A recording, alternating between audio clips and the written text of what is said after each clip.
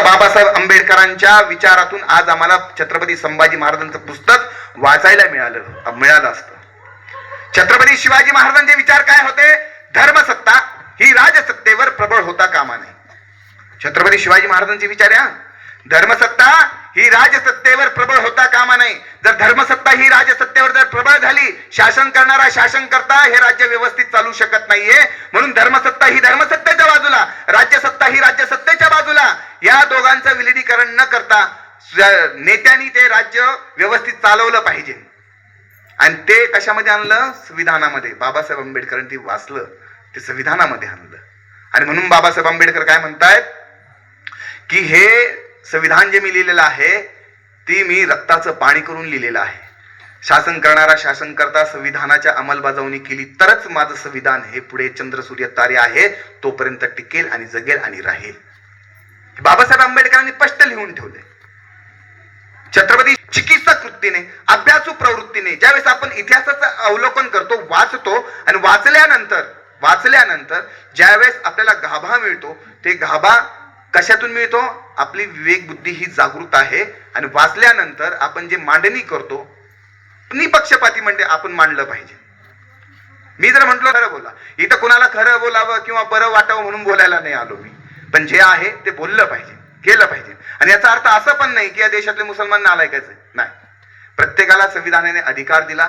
प्रत्येकाला, आता मी तर म्हणतो, आता तर हे नवीनच चाललेलं आहे लव जिहाद, धर्मांतर. धर्मांतर सगळ्यात जास्त 24 लाख लोकांना डॉक्टर बाबासाहेब आंबेडकरांनी स्वतः घेतलं आणि धर्मांतरांची 1956 साली एवढ्या मोठं धर्मांतरण केलं. ही सगळ्यात महत्वाची बाब आहे. लव जिहाद, आमचं सरकार 2 लाख रुपये देतं, 2-2.5 लाख रुपये.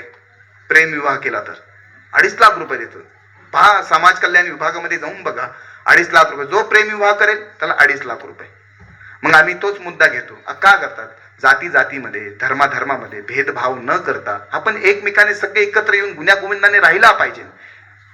हीच मानवताची शिकवण आहे. बाबासाहेब आंबेडकरांनी धर्माचं स्वातंत्र्य दिलंय.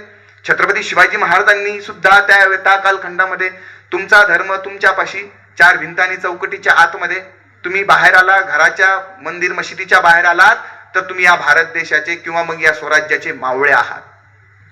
त्या मावळ्याला कोणतीही जात आणि धर्म नाही.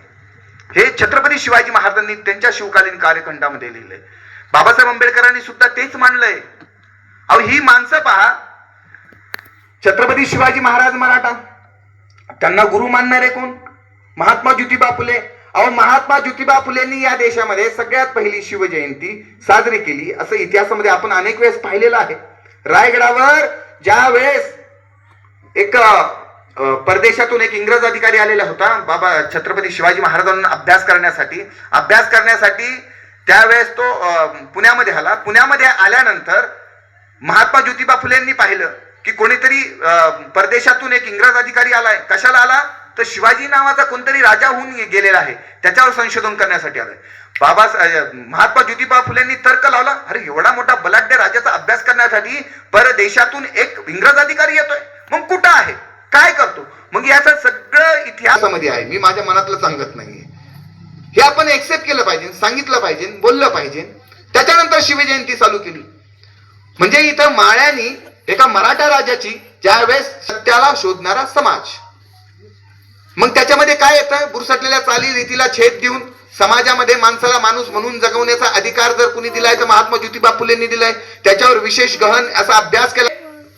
महात्मा ज्योतिबा फुले कुणाची गुरु? बाबास कादंबरी बाबासाहेब आंबेडकरांच्या लेखणीला अर्पण केली अण्णाभाऊ साठेंनी. अण्णाभाऊ साठे कोण? मातंग. गुरु मानतायत कोणाला? बाबासाहेब आंबेडकरांना. ही सगळी वेगळ्या जाती धर्मातली माणसं पण विचाराने एक आहेत. माझ्या बहिणींना आणि माझ्या भावांना तुम्हाला सांगतो, एक वेळेस रक्ताची माणसं गद्दारी करतात, एक वेळेस रक्ताची माणसं गद्दारी करू शकतात, पण विचाराने जवळ आलेली माणसं कधीच गद्दारी करत नाही. ही वस्तुस्थिती आहे. ही सगळी मंडळी एकत्र आली, विचाराच्या नात्याने आलेली आहेत. आज मी तुमच्या समोर आलोय, एका विचाराच्या नात्याने आलेलो आहे.